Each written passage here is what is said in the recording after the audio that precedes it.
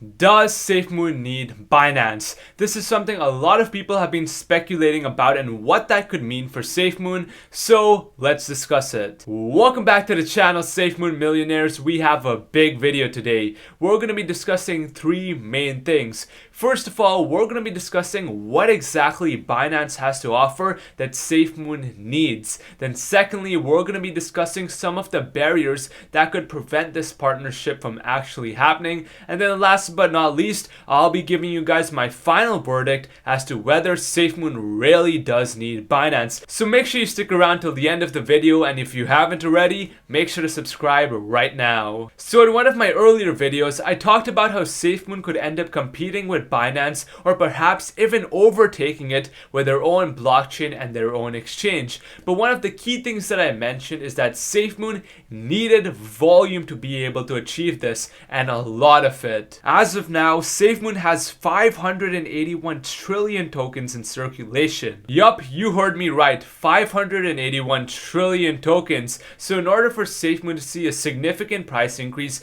for us to even burn through all those tokens, and then for us to see significant reflections, we're gonna need to see an increase in volume. Another crucial reason why we need more volume right now is that with higher volume right now at these lower prices, more tokens will be burned. So one of the biggest things that Binance has to offer is, you guessed it, volume. To put it in perspective so it's easier to understand, Safemoon right now is listed on only about 13 exchanges, and the biggest exchange only contributes about $7 million in daily volume. Binance, on the other hand, has 13.5 million active users, and taking a look at Shiba Inu, it was averaging similar amount of volume to Safemoon of about $20 to $40 million a day. Then when news came out that Binance was listing Shiba Inu, even before the actual listing, volume spiked up dramatically into the billions, and then on May 10th, which was the exact day that Binance listed Shiba Inu,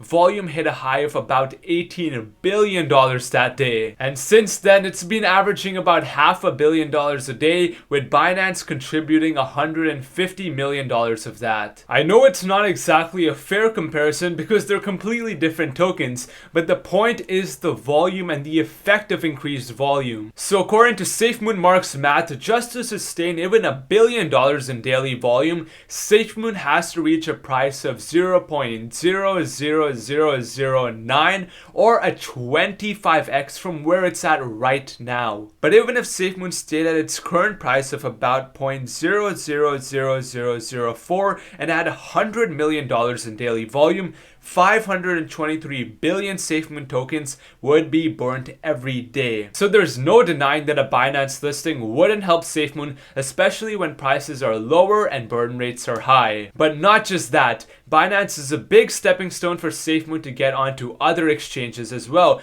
because once Binance, which is the Goliath in terms of exchanges, I mean, it's the world's largest crypto exchange, once they embrace Safemoon, it's going to lead to a domino effect of many more exchanges also wanting to implement tokenomics and get Safemoon onto their exchange as well. But you know what, guys, I'm a realist, and this begs the question, is this all even possible? As wonderful as all of this really sounds, there are some roadblocks. First of all, Binance doesn't have tokenomics implemented on their exchange yet, and so in order to do that, that would be a pretty big overhaul, and they'd really have to spend a lot of time implementing tokenomics into their system and then working very closely with Safemoon to get that implemented. Because, you know, Safemoon could list on Binance, but without tokenomics, what that would mean is there'd be no reflections and there would be no token burning. So honestly, that would essentially void the point of even Safemoon listing on them in the first place. And then secondly,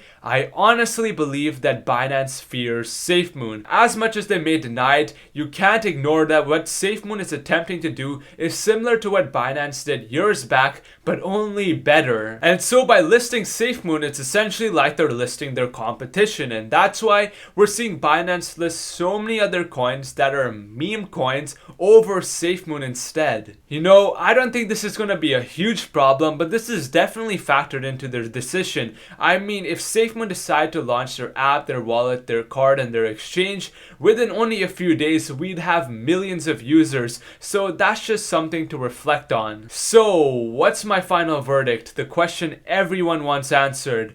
Well, I believe that Safemoon does need Binance, especially right now in the short term. There's no denying that right now with low prices and high volume, what that's going to mean is that we're going to get rid of a lot of tokens, burn a lot of that supply, and so with higher demand, that's going to equal higher prices. Low supply, high demand equals higher prices. Simple supply and demand equation. And then once Binance does this, this is going to lead to a lot of other exchanges maybe on the edge about implementing tokenomics as well and getting Safemoon onto their exchange. Maybe to be like, hey, I mean, Binance just did it. Maybe we should also look into Safemoon, which is the next big cryptocurrency that everyone is talking about, right? And then when Safemoon launches their own blockchain and their own exchange, that's just going to catapult it and lead us to even more volume and burning tokens. And then who knows, one day maybe we will actually have under 100 million circulating supply. But till then, it looks like we're on our path to be heading to the moon. But first, we need that Binance listing. So if you enjoyed this video, be sure to subscribe right now. And if you want to learn technical analysis for yourself, be sure to check out the Gen Z Trader Academy linked down below. And with that being said, I'll see you guys in the next one.